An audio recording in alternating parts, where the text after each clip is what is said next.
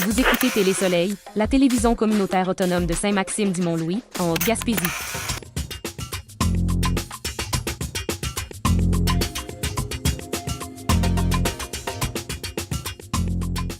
Selon Radio Gaspésie, le manoir Le Boutillier, construit en 1850, bénéficiera d'une restauration de 1,5 million de dollars. Les travaux, financés par une subvention provinciale d'1 million de dollars et une contribution de la ville de Gaspé, débuteront au printemps prochain pour la portion extérieure. En tant que bâtiment patrimonial classé, la restauration se fera de manière très minutieuse. Des matériaux importés de l'Angleterre et des techniques de l'époque seront utilisés pour respecter son caractère historique. Le ministère de la Culture supervise les travaux afin de s'assurer du respect des procédures. La directrice, Joanne Murray, souligne que même des éléments comme les 18 fenêtres devront être restaurés selon ces normes strictes.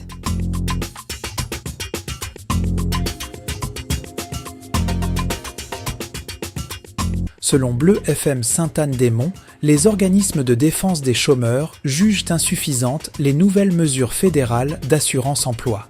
Bien que le gouvernement ait prolongé certaines mesures de soutien, il n'a pas renouvelé l'augmentation du taux de chômage qui améliorait l'accès au régime. La nouvelle mesure temporaire de 20 semaines de prestations supplémentaires pour les travailleurs de longue date est particulièrement critiquée. Selon le mouvement Action Chômage de la Gaspésie, cette catégorie est discriminatoire et exclut d'emblée les travailleurs saisonniers, précaires et les jeunes. Ces organismes comptent sur les députés bloquistes pour faire pression sur le gouvernement.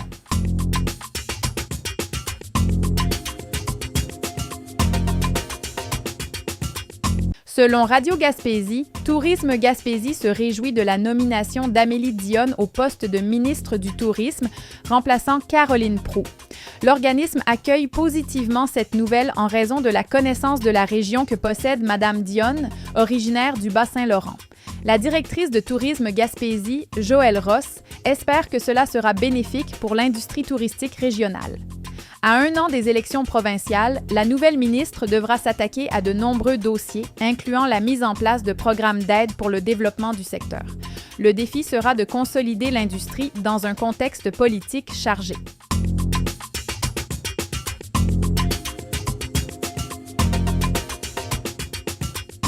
Selon Gaspésie Nouvelle, l'entrepreneur Maxime Esther Bouchard a annoncé sa candidature pour le poste de préfet en Haute-Gaspésie pour la 3e fois.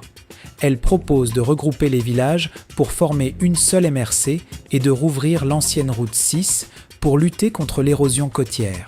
Maxime Esther Bouchard souhaite également concilier la protection du caribou et l'économie en développant l'arrière-pays. Abordant plusieurs enjeux locaux, elle critique la stagnation économique de la région, qu'elle juge dévitalisée, et promet d'apporter un vrai changement pour la rendre plus prospère.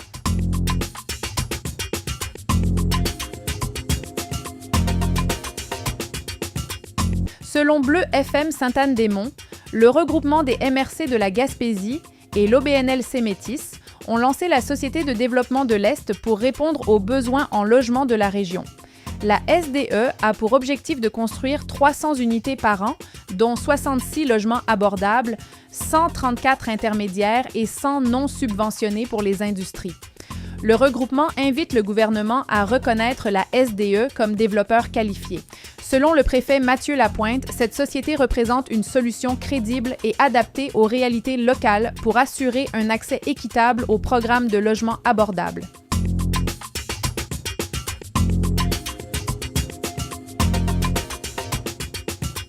Selon Gaspésie Nouvelle, le centre de services scolaires des Chic-Chocs propose un nouveau concept d'éducation aux adultes avec son centre d'éducation virtuelle.